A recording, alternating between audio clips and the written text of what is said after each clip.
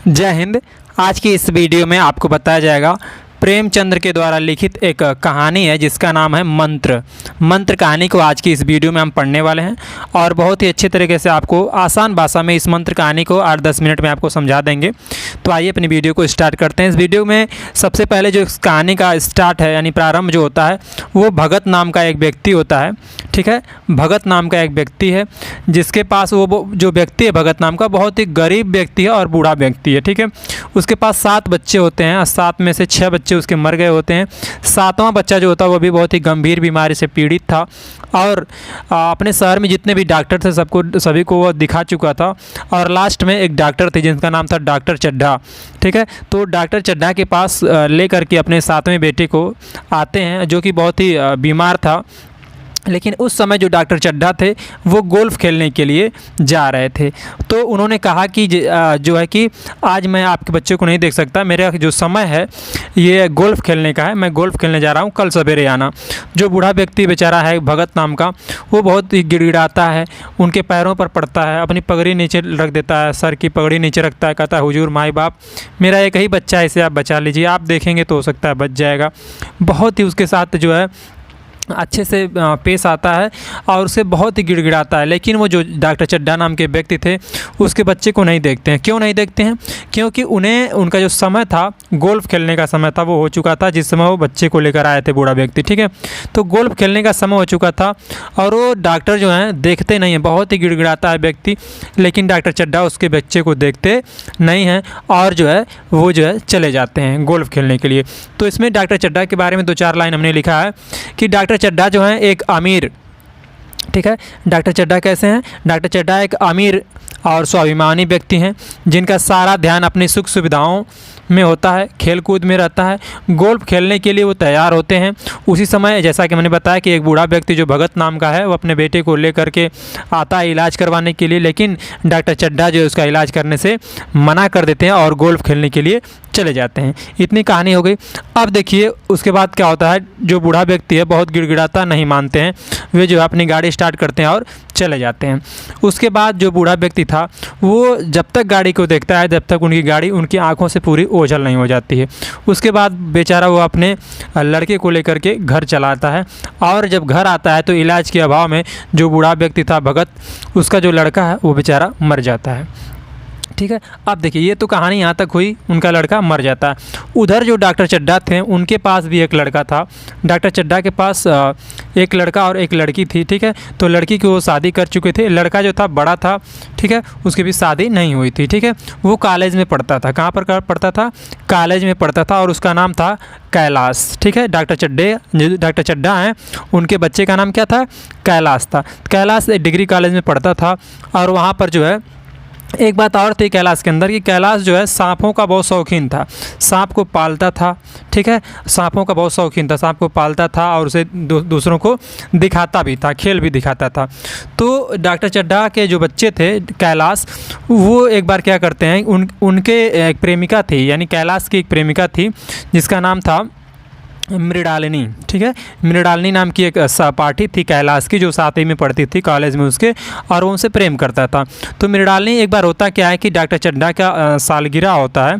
ठीक है, सालगिरह होता है तो उस सालगिरह में जो है सभी मेहमान आते हैं और उसमें जो कैलाश है उसकी जो सहपाठी थी यानी मृणालिनी जो थी वो भी आती है और उस मृणालिनी के जो सहपाठी थे जो साथ में बच्चे पढ़ते थे वो भी आते थे और कैलाश के दोस्त भी आते थे। ठीक है, तो मृणालिनी ने कई बार कैलाश से कहा था कि कैलाश आप जो है मुझे एक बार अपने सांप को जो है दिखा दो, कैसे खिलाते हैं, कैसे आप उसे पालते हैं, क्या क्या उसका सिस्टम है, मुझे एक बार बता दीजिए।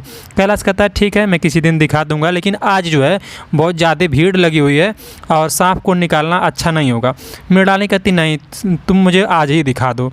ठीक है, उसके बाद जब ये मृणालिनी कैलाश से बातें कहती है तो जो उसके दोस्त थे, कैलाश के जो दोस्त थे, कहते हैं भाई तुम क्या हो इसकी, तुम कुछ लगती हो क्या? मतलब वो जानते थे कि इससे प्रेम है, लेकिन उसे व्यंग करते हैं कि क्या तुम इसका कुछ लगती हो कि तुम्हें दिखाएगा? अरे बस सिर्फ कहने वाली सारी बातें हैं। तो मृणालिनी समझ जाती है, उसे पूरा और भी बहुत से सारी बातें कहते हैं। जब ज़्यादा चढ़ाने का प्रयास करते हैं तो मृणालिनी समझ जाती है कि ये जो है सभी लोग कैलाश को अब चढ़ा रहे हैं, मतलब अब दिक्कत होने वाली है। तो कहती ठीक कैलाश रहने दो, आज मैं नहीं देखूंगी, ठीक है। वो कैलाश की बात को समझ जाती, क्योंकि अभी भी सांप को यदि आप निकालेंगे, ज़्यादा भीड़ थी, एनिवर्सरी का समय था, तो उस समय सांप जो है भड़क सकता था, काट सकता था। तो मृणालिनी समझ जाती है कि कैलाश यदि आज निकालेगा सांप को तो हो सकता है इसे काट ले, कोई दिक्कत हो जाएगी।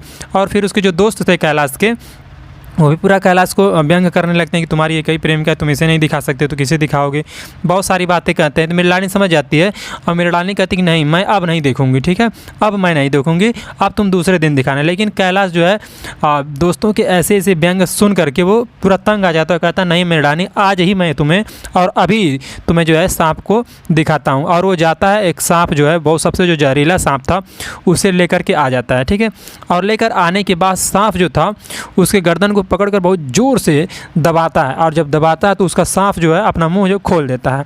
जब खोलता है तो सांप ये समझता है कि आज तक तो कैलाश ने मुझे इतना तेज़ जो है कभी प्रेस नहीं किया था, आज क्या बात है कि प्रेस कर रहा है इतना तेज, ये सांप सोचता है, ठीक है।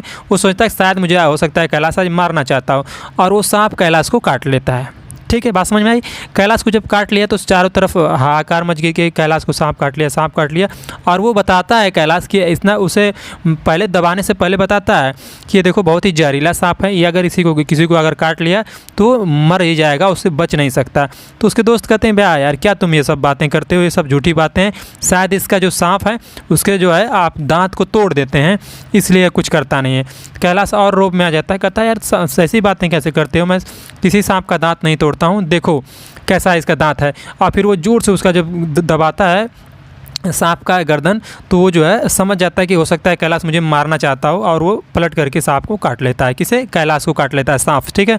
और जब सांप काट लेता है तो अब देखिए क्या होता है। जो इसमें देखिए डॉक्टर चड्ढा, डॉक्टर के बेटे पर कैलाश का हमला, यानी इसमें वही बताया गया जो हमने आपको स्टोरी भी बताई कि कुछ साल बाद जो है उधर क्या हुआ था, डॉक्टर चड्ढा ने उसका जो व्यक्ति था, बूढ़ा वाला जो व्यक्ति आया था भगत, उसके बेटे को उन्होंने देखा नहीं, वो मर जाता है, ठीक है। इधर क्या था, कुछ साल बाद ये सारी बातें हुई जो हमने आपको बताया, ठीक है। तो और उसके बाद डॉक्टर चड्ढा जो थे, उनके बेटे जो कैलाश थे, उन्हें एक जहरीला सांप ने काट लिया, जैसा हमने कहानी में बताया।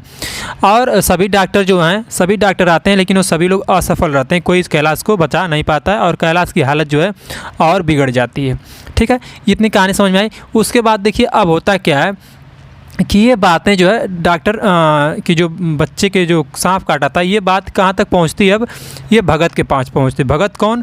अब उधर जो कहानी में छूटा था, जिसका लड़का जो डॉक्टर चड्ढा ने नहीं देखा था, वो मर गया था।